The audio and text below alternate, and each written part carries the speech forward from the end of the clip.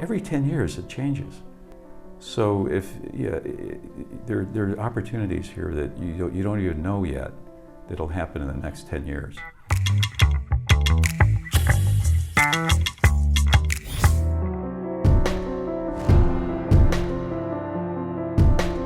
Jim, I want to thank you for taking the time today to come here.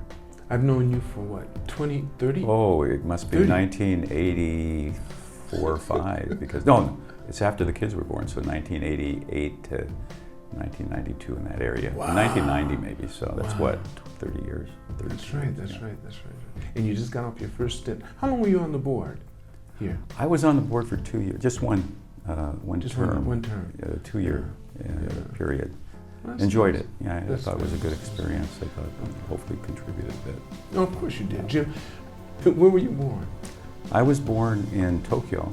I was born in Tokyo, but at that time Tokyo was considered a bigger area, and I was actually in Chiba. I was brought back to Chiba, and really started my What do you mean you were months brought there. back to Chiba? I think I was born in a hospital in Tokyo, and my Okay, mother okay. was from Oh, Chiba. then you went to Chiba. So we went. It was basically in Chiba that it was located. Do you have siblings? I have a brother and a sister. Brother and sister. Now, both your parents aren't Japanese. My father's they're both American. My father is American, and my mother was Japanese. They married after the war in 1953 or 3, I think.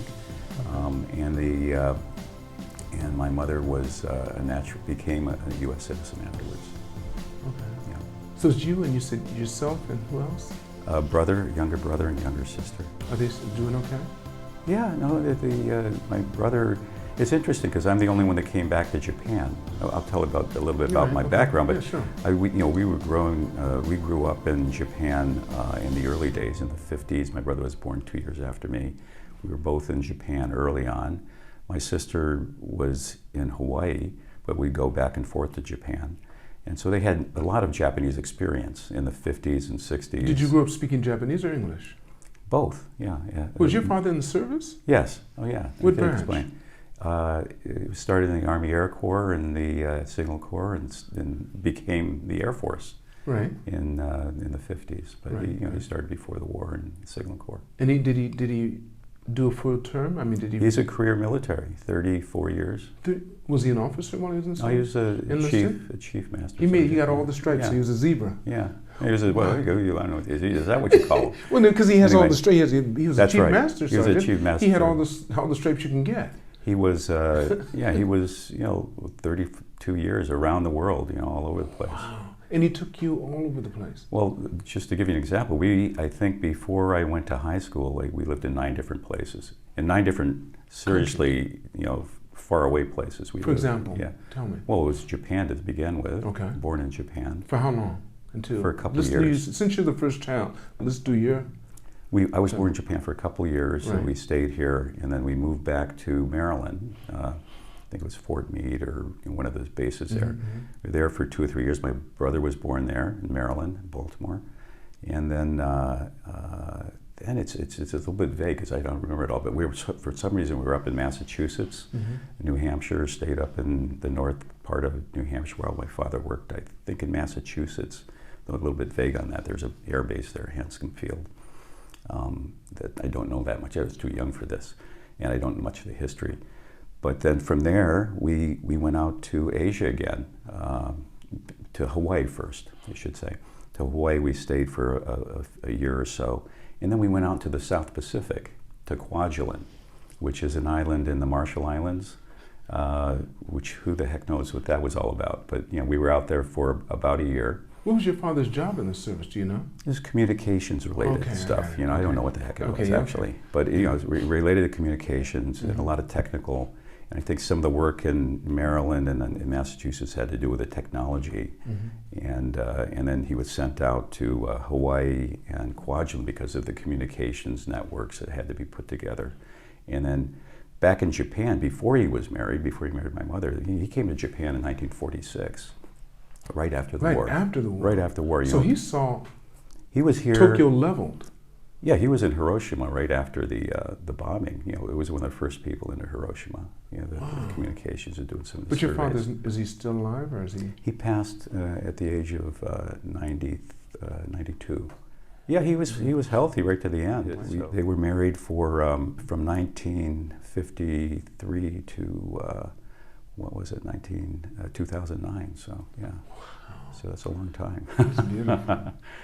But anyway, getting back to the moving around, that was Hawaii was the next posting, and then from Hawaii, this is 1958 to 1960. We were going back and forth to Japan on a pretty regular basis on the American president lines. Okay. The old Yes. President Roosevelt, the President Cleveland. We would go in the summer and then come back for family reasons. I mean, you know, we had our family there. We'd stay in Tokyo. So we were here in the very early days in the 60s as well, but short periods of time based in Hawaii.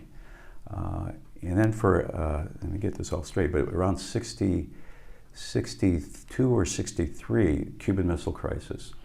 And because of that, I believe, again, I don't know all the details, we ended up at a SAC base, a Strategic Air Command base in Barksdale, Louisiana. That's where I was stationed. You were Barksdale? I was stationed in Barksdale. We were there. When I put in, what year were you Bossier there? City, yeah. Bossier City, tell Yeah. me. My father was born in Shreveport.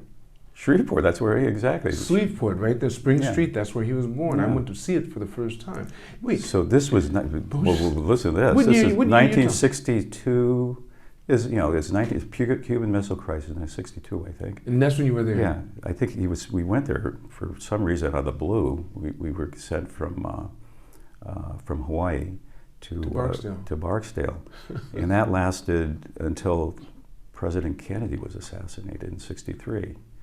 Because I actually remember something. It was segregated, as you know. Of course it was. I mean, it was It's- really even when I went there in the unbelievable. 70s. So I went to and here's the interesting thing. My mother's Japanese. Right. So we would try to figure out, where do you sit?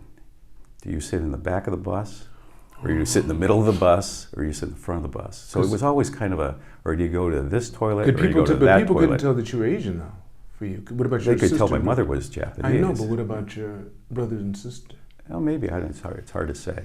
But when we were with our mother, I think it was kind of a iffy thing, you know, back then. Because there weren't many Asians there at all. There weren't any. I don't think there were any Asians. I don't think they'd seen an Asian ever. But do you remember any kind of instance where you thought? No, we ended up, it was segregated, so we were on the base. So the base is a different thing. When I'm talking about segregation, the segregation was off base in Bossier City, if you were there. I was. But not during my time. They'd taken all that all to stop. That was after. This was 62. 60s they started to stop it, yes. Yeah. In the late 60s. So on base it was not that way. But off base, we went to the white school. We didn't go to there was another school for the black kids. dependents of black military. That's right. They went to another school off base on a bus. So that was an interesting experience. That was sort of a. How old were you then? How old were you at this time? So 63, I was, 63, about 10, 12. Okay, so you're clear. Yeah, you know what's going on. I knew what was going on then. So that 2 or 3 years, that was it though. But Kennedy assassinated. That was an interesting thing. That the reaction in the streets. What was it? Confederate flags. They were happy as they could be. They were as happy as can be. I remember distinctly my father telling my mother, "Don't go into town." Now, the day that he was assassinated, don't go into town, because there was a parade with Confederate flags. KKK. Yeah, I don't know what they were. I mean, but they said don't go into town because it's dangerous. Well, here's the other. This is what I remember. I was in grade school, the elementary school, right? So, the playground. It's basically for the base kids were a lot of them from the north, right? They were Yankees. They didn't know. No, they were Yankees. If you're from the north, anything on the south, north of the Mason-Dixon line. So the games you played on the playground were Yankees versus the Rebels. I mean, I remember that distinctly. And the local guys all the local kids were rebels, right? They were proud to be a rebel, right? And then if you came from Massachusetts, like I didn't know I came from Massachusetts. We lived in Massachusetts. You're a Yankee. My father was from Massachusetts, so you were on that team. Isn't that interesting? So these are the people I think that run the state right now, right? Okay, They're my age. They're in the they 60s. And that was their mentality back then. Of course it was. And Right. I'm not surprised that, there are a few difficulties still down there today. Really, when you come right down to it. It's so interesting. I think that we're very fortunate to be expats. And I Exactly. think expats around the world learn to be really culturally, they So understand, culturally they realize attuned it's, yeah, it's a human issue. yeah, It is not a racial one. exactly. Well, that was the real dramatic contrast, because, it's Louisiana. Then we went back to, let's see, 63. We went to Japan, but we went via Hawaii, right? Hawaii was always the base. That's why I'm based in Hawaii now. It's a multicultural, multiracial, international community of people. So that was like a dramatic contrast from the South, or even the North. I mean, the North is the same way. So we always appreciated the fact that we're back here, back there in Hawaii. And then we were on the way to Japan. In Japan in 60, we came back in 63, I think it was, 60, or maybe almost 60, right before the Olympics. This place was, I think there were 500,000 US troops in Japan at that time. And they were building up for the Vietnam War, right, through 68. I think it reached something higher than that, 2 million in the Pacific. It sure did. So this was Americanized. I mean, when we were on the base, Fuchu, or Kantomura afterwards, or Washington Heights downtown here, That's right. you were like you were in California. That's right. It was California and Tokyo. So yeah, I think there were 2 million troops between Okinawa, all over Honshu, Korea, Hawaii, Guam, and Vietnam. 2 million troops in Asia. That's right. So if you look at the legacy, of that experience, it's there's net positives and negatives, I think, because a lot of those people came back to the States and they saw a different That's true. view of what was going on out here. So where'd you stay? What were you like in school? What kind of sports did you get involved in? I played baseball primarily. You like baseball? I've always liked baseball. I played it on the base here in Fuchu and Kantomura, and that was a lot of fun. And then in high school I played football, mainly football, a little bit of baseball, because in high school for some reason it was a much better quality of play, and I couldn't follow. I mean, maybe it was the glasses or something, because I couldn't follow the ball as well. You mean the quality in being the kids were much better? They were much better. They could play better. They could pitch faster. I think 'cause I couldn't hit the ball. I couldn't catch the ball. Couldn't hit the ball. But it could have been the glasses. I think at one point I started wearing glasses after 12 or 13, and then I lost it. But Little League was great. Okay. Little League, it was awful. What about academically? How were you? Academically, I always did well. I mean, What were your subjects you liked the most? English was one of the favorites. Science, a little bit of math, not a lot, and then the social studies. Did your mother ever speak to you in Japanese? A little bit. She spoke. It's interesting. She met my father. They spoke English from the beginning. Because you said she's American, right? No, she's Japanese. She's Japanese. But she became American afterwards. Okay. She became an American citizen afterwards. Mm-hmm. But she spoke English, so we spoke English in the house. And she's doing well now. She's 93 this year, and she's in New York. She's doing well. She's a year younger than my mother. Is that right? My mother's 94. 94. So your mother was born in 1929. No, I think it's 30. Well, then she was born in 1930. 31. This year then she's going to be 92. 92, yeah. 92, she's younger sorry. than you. 92. My mother was born the same year this club was established, 1928. So she'll be 1928, 94 okay. this year. She'll be 94 this year. That's right. There's a 2 years difference. Yeah. 30. I'm thinking April. It's actually coming up really fast. So. Be on it. Yeah. So it's going back to where we were before. It's in Japan during the Olympics. That was an exciting time. We 64? had 64. It's summer of 64. And Chofu's right in front of the American school, the Chofu base. That's right. There was ASIJ was there, right of behind course. it, yes. And but the dependents on the military base went to the DoD school. Of course, the they Department did, yes. of Defense Yes. school, which was called Chofu Elementary High School, Mm-hmm. which was a great school. Of course they were. Well, the base, the military had everything then. That was a whole different standard than what Japanese could afford. So in school, when high school, what did you start to focus on as far as What areas were you strong High school, I didn't know. I had no, you're talking about high school. I did very well in high school. I was at the top of the class. Where were you? Here in Japan? I was at my father's last posting was in Plattsburgh, New York. So by coincidence, there was a private school in Plattsburgh that's affiliated with St. Mary's here. It's the same Brothers of Christian Instruction, just by coincidence. And then some of the brothers from that school, which is very close to Canada where they originate, right in Quebec, were actually seconded into St. Mary's. So there was a relationship between our two schools, and I've always had a close tie with St. Mary's because of that. So anyway, 4 years at a Catholic Brothers of Christian Instruction private school in upstate New York. And I enjoyed that because it was fairly rigorous academics. And finally, after, I think up to that point, and I didn't go through everything, but we had lived in 9 different places. Every 18 months or something like that, we would move someplace else, right? So finally, my parents agreed that I would be able to stay in one place for high school, and it was a boarding school as well. So they went back to Japan. The family came. And you stayed in Plattsburgh? And I stayed there for the 4 years. 3 of them were in boarding school there. And this is high school? This is 1968 to 72, yeah. So it's past high school? It was high school. Just high school. That's my high school. And then okay, so then where'd you go from there? Where did you? And then so 72, I went immediately to college. And this is New York State, right? So I was up in upstate New York. From upstate New York, near Plattsburgh, near the Canadian border, I went down to Schenectady, Albany, Schenectady area. It was Union College for 4 years. Very, very close by, but again, a little bit more diverse, a group of people that came from mainly New Jersey, Long Island, the East Coast places. It's more of an East Coast school. But usually that was interesting because it was historically, right from the beginning, it's one of the oldest colleges in the U.S. It was established in 1795. It was a men's school.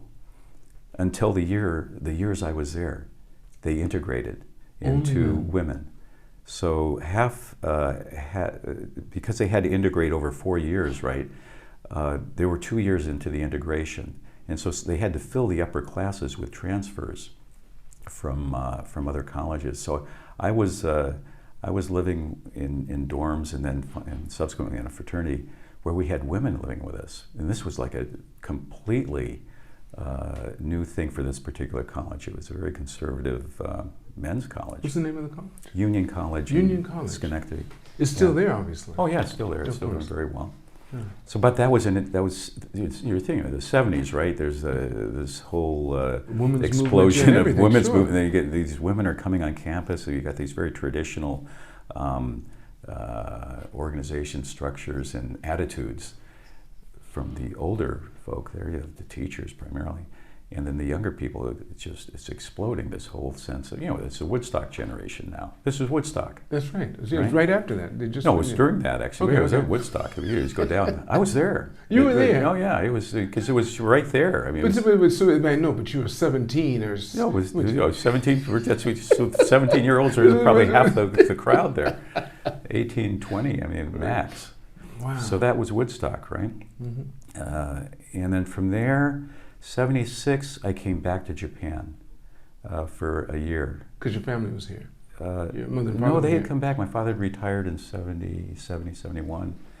And 71 he retired and came back to Plattsburgh in 72 once I graduated from high school. So they were back in the States. And I went back because I just want to take a break and go back to Japan and study a little Japanese. Because I went through college thinking I was going to be a doctor or something like that, and that didn't work out. So I ended up getting a degree in educational psychology, as we were talking about earlier. So I knew a little bit about talking to kids and dealing with kids. So I ended up in Japan, 76, and studied Japanese. By the end of the year, I said, maybe I should be working here. I could do something. I interviewed at St. Mary's with Brother Andrew, Brother Lawrence. Remember those guys? I remember Brother Andrew very well. Anyway, I got the job. I was supposed to teach 5th grade at St. Mary's in the school year 1977. That's when I started teaching at the American school. But simultaneous to all this happening, I was also applying to graduate schools in the U.S. And I thought, okay, maybe I'll get it, maybe not, who knows. I got into graduate school. So I had to make a decision whether to continue. It would have been a great life, I think, to be a teacher. You know Frank Striegel? Yes. Frank was there at the same time. I didn't know him at the time, but we go back, I was talking to him. He took a job, and surprisingly, he's from Plattsburgh, New York. He went to Plattsburgh State University. He's from upstate New York, right? So anyway, he did it. He worked there for 35 years. And loved it. He loved it. But yeah, so I didn't take the job there. I was always thought, that was the road not taken, right? That's right. I didn't do that. And so what happened was I did go to graduate school the following year because the timing didn't work, but I could get in the following year. And I went back, and I didn't have a job. I went back home, and I was looking for a job. This is upstate New York. You know what the job I got was? The only job you could get up there was working in the prison system. This was interesting. I became a volunteer services support person, paid, but it was called volunteer services because it was a minimum security person in upstate New York, Raybrook, where I spent about 9 months working there because they would take the prisoners out and they would work in the community. There's minimum security. These are very intense. This is a Rockefeller, 1 year to life sentence for having an ounce of marijuana. I know what you're saying. I know, These were people that shouldn't be in prison, right? I got you, yeah. So anyway, we would work with these people to do stuff in the community. And so for a year and a half, I was working in the prison, which was an eye opener for the rest of my life, because I saw what it was like to be incarcerated, right? To lose your freedoms, right? Okay. In a prison system like that. And in fact, actually, they allowed us to go see the maximum security prisons as well, and took a tour of Dannemora. Just briefly, what were some of the most drastic, what really set in your mind? What were some of the things that set in your mind when you saw that? One of the things that set in my mind was the fact that there's two societies. There's the guards, and then there's the prisoners, and they actually interact. I mean, I did it to a surprising degree.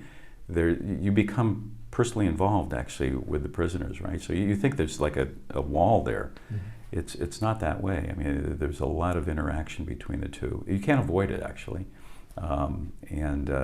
so that you got to be on your guard actually. And I'll tell you another interesting story about that. I went to college after that. I went to graduate school, and I ended up in New York City at Columbia, up on 125th Street in Harlem, and had an apartment overlooking 125th Street.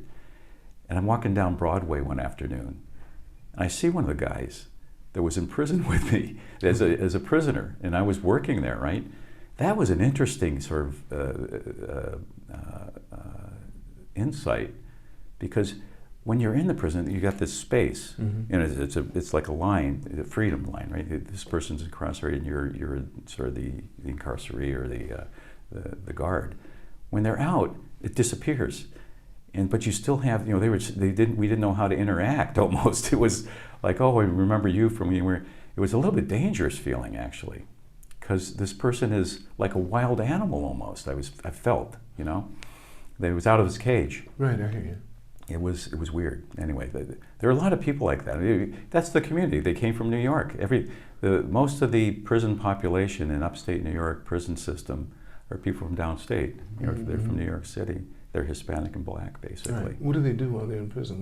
What else struck you as something that most people won't think prisons are like when you go in there? Because everyone thinks this. Let me give you first of all, set it up. Okay. This is what people think when you go to prison. A person goes into prison. They go in their cell. They're fed food. They stay there, and then they come out, and that's it. They go in their cell. They come out, and that's they have to do there. That's all. That's all they can imagine. Well, some people are very keen on physical activity. I mean, they're working out constantly. I mean, and they're in great shape. So that's one thing that they're doing. Some people have a hobby, because you can do woodworking, you can do all sorts of hobbies, cooking, you can be in the kitchen, you can be sewing. Some people actually make stuff like that.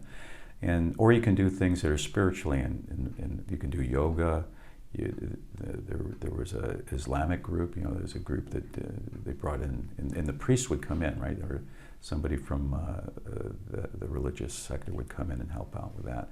And I was involved in that too, the volunteer services that bring people in from the community.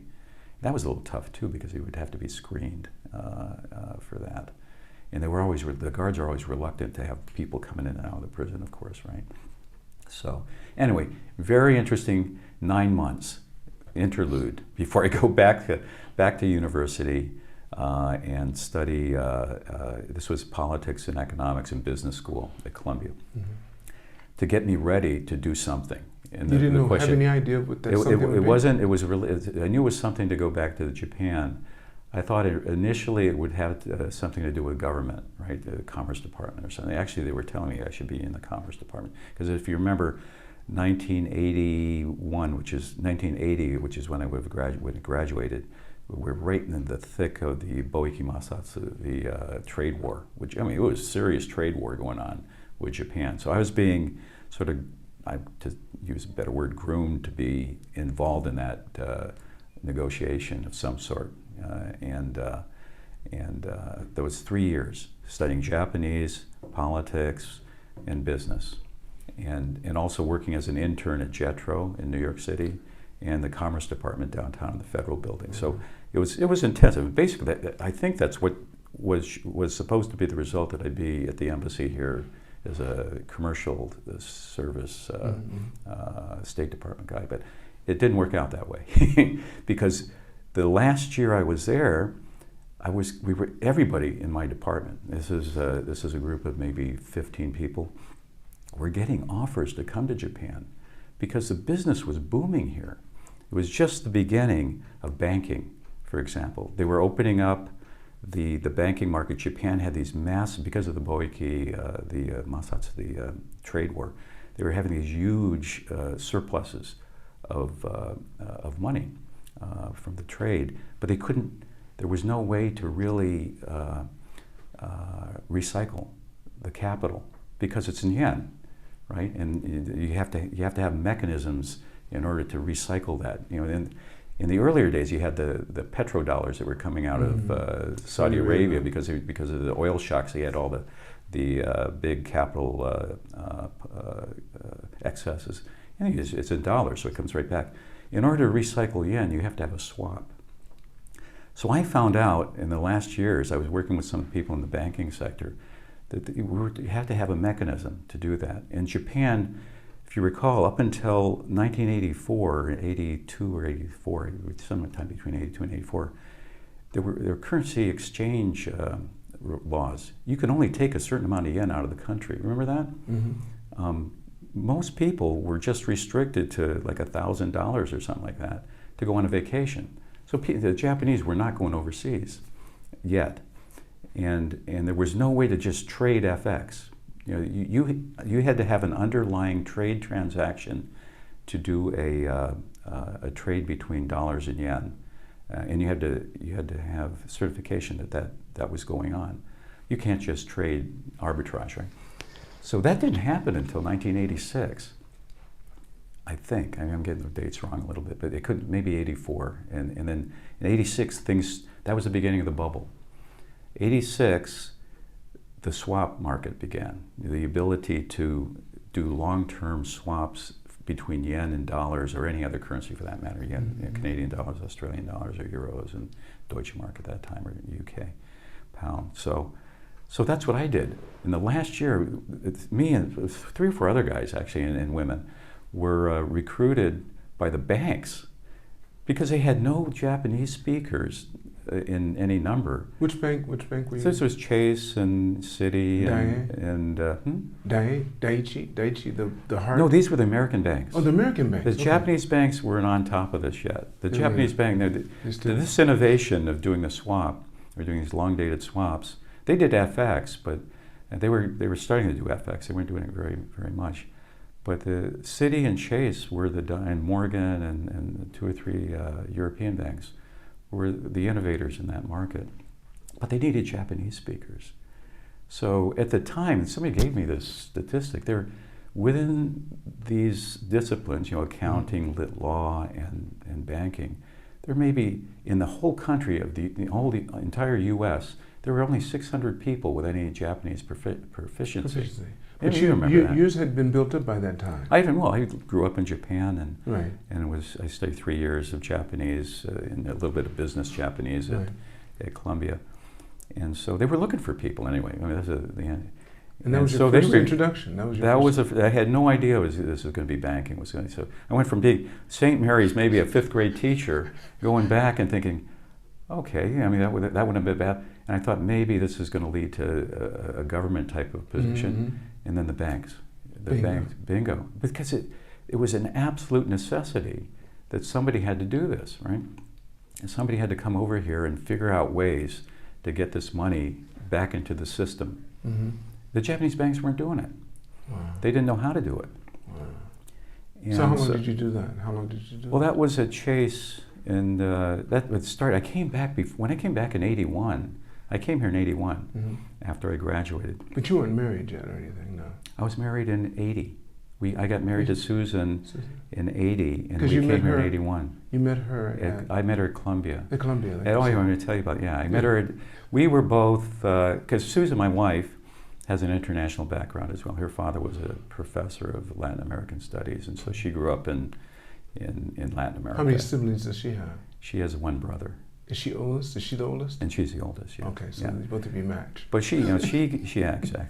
She had a background, international backgrounds, multicultural, Spanish and American, Middle West American. But her father was a professor of Latin American studies, and so she ended up at Columbia as an architectural student.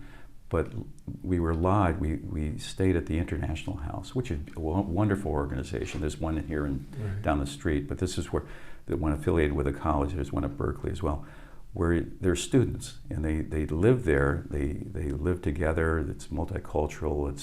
There's debate going on. I mean, you're debating with people that at that time it was the Middle East. The Libyans or Egyptians or Latin Americans, and it's a very friendly place to have interaction multiculturally with people from around the world. So that was the way that Susan and I got together, because we were there were parties all the time too. So we had a lot of fun together there. And then at the end of our 3 years at college, we got married in 1980. And we did a little bit of training in the banking world in the U.S. And then both came immediately to Japan in '81. She was working too when she came here? No, she did some consulting and some spot work. She worked for one of the magazines, Global Architecture, in editing, but it was part-time. And you started working with Morgan? I was at the time it was Continental Bank. Continental Bank from Chicago. Of all the ones that were interviewing me, the one from Continental, they desperately needed some people here.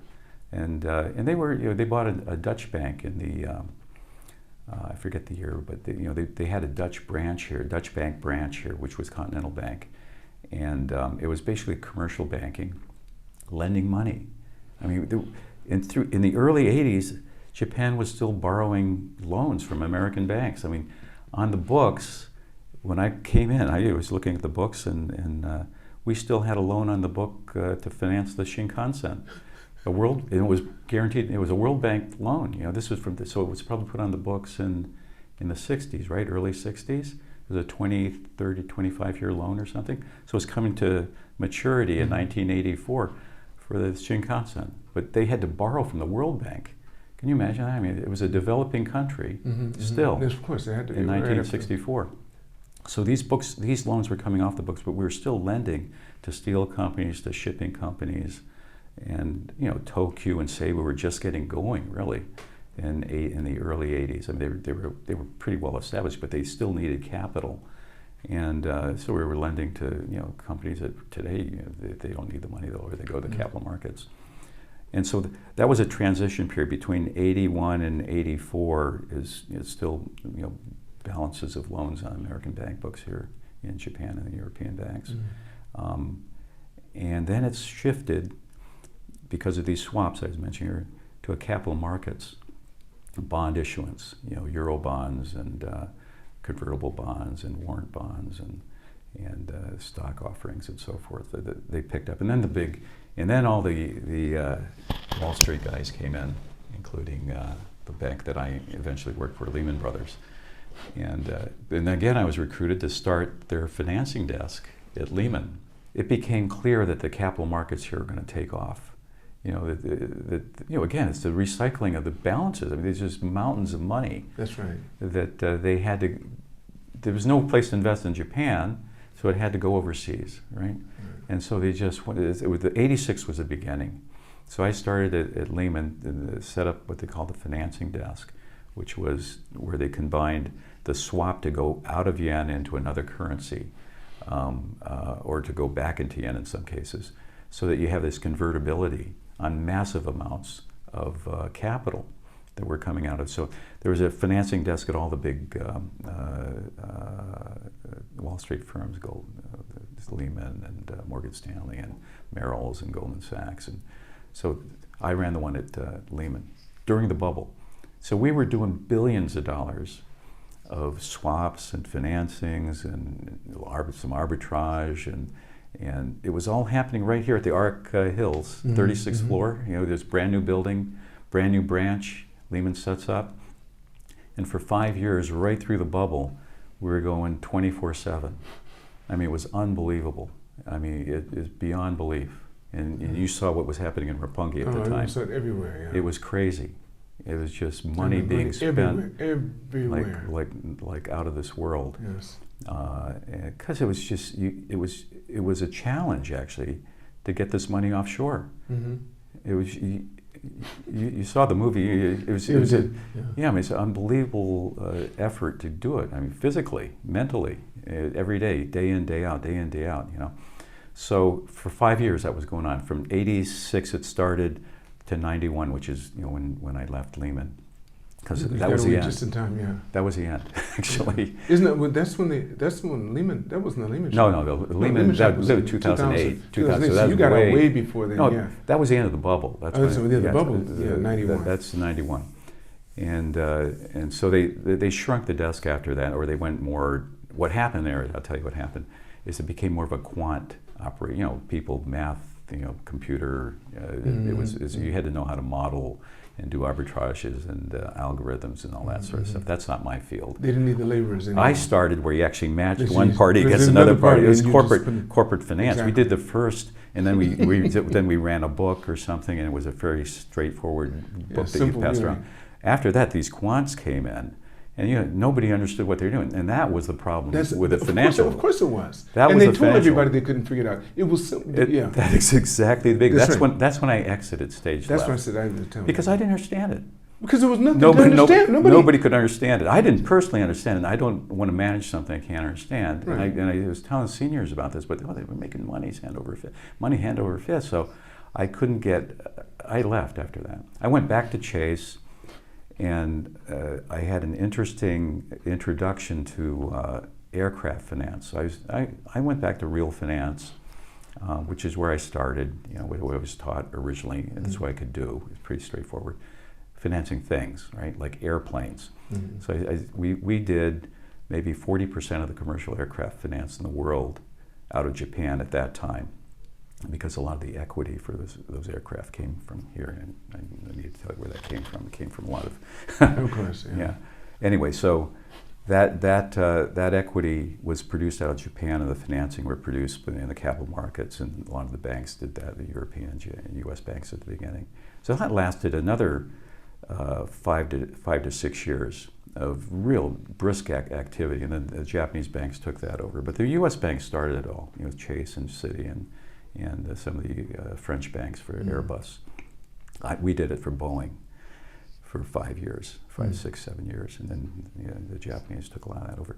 Anyway, after that, to cap it all off, and what I did for the next 15 years after that was a specialty thing. And this is where I think I had some interaction with you, was high-tech equipment. I did high capital, big capital equipment information technology, medical, and Medical, which is where I think I that interacted was with a us. little bit with you. You did. And then the really big thing was semiconductor manufacturing equipment. I mean, that was huge. And we were, this group I was with only did that for about 10, 15 years after. Can you mention that? It was originally Comdisco.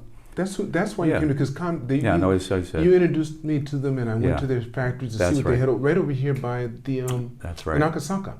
Yeah. I went to the office over there Mm. and saw what they had there. But they had the ability to actually take the residual risk, the equipment risk, and manage it, right? Mm-hmm. They really took real equipment risk in IT equipment, medical equipment, and then eventually in semiconductor manufacturing equipment, which in the end it was billions of dollars again. So you just, because after aircraft, the biggest capex for manufacturing is in semiconductor, billions of dollars, more than aircraft actually. Mm. And the interesting thing is a lot of it's produced in Japan. Nikon, Canon, Tokyo Electron, Advantest, and a lot of the big companies were here. So you're dealing, it's like in aircraft, they're dealing with the Boeings, they're all right here in Japan. So we built a big, huge book out of that portfolio. And then we had a crisis or two in the middle, because the thing with that market, it goes up and down very dramatically. And Depending on what's happening in the world. Yeah, went through a downturn at one point, and so GE bought us out. And so that was it for me for a little while. Anyway, I enjoyed that business. That was an interesting business because there was no competition. There was no, for me, there was no, yeah, that's true. There was no competition. I was always involved in all the highly competitive capital market stuff. Yeah, right. This business had zero competition. Right. And you made the price, you made the market, right? And so we were buying and selling this equipment around the world, and making, when the market's good, it's unbelievably good. When it's bad, it's unbelievably bad. But if you can get through the cycle, it's a 2 to 3 year cycle. Back, we used to call it the silicon cycle. Mm-hmm. If you could get through that cycle, and I ended up with a bank that allowed me to get through that cycle, then you made a fortune. So that's where I ended up anyway. Wow. And it came back to being in Japan because of that, And you stayed here. All of your business life has been in Japan now. It's always been in banking, and it's always sort of migrated from where there was some differentiation, where you brought something to Japan, some insight or market insight or some technological insight, or it didn't exist here, right? And so you brought it, you made the best of it. But it also had to do with being global, right? Being part of a network. Because I think you differentiate yourself here many, many, many times by simply having a network, an international network.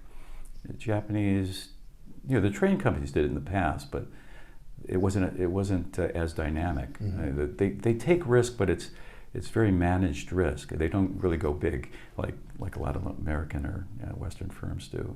With knowledge, with based on real, something that makes sense.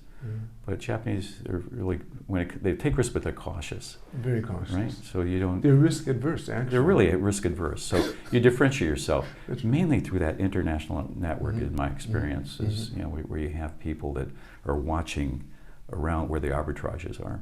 So where are you now in your life? I'm retired. How old were you when you retired?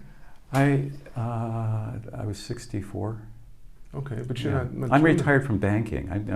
I'm not working anymore. I mean, it's not. I'm managing my own things right now.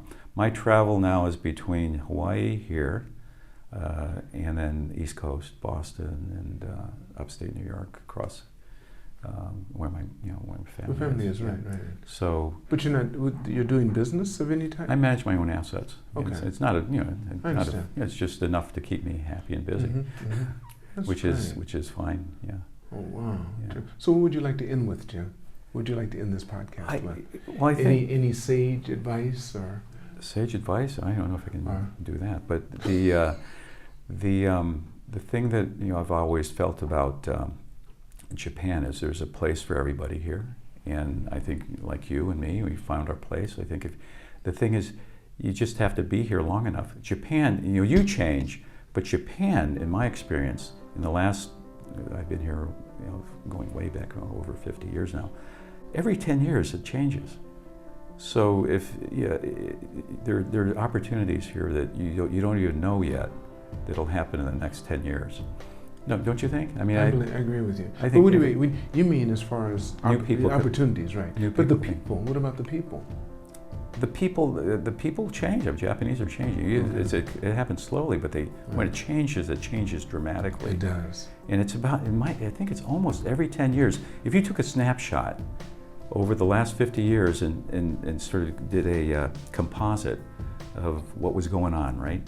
Every 10 years. Right. I think it's a different place. Much more dramatically so than some other places. So who knows what's going to happen next? I think it has to do with aging and healthcare. You're going to see dramatic changes in Japan related to the aging population, which will be the model.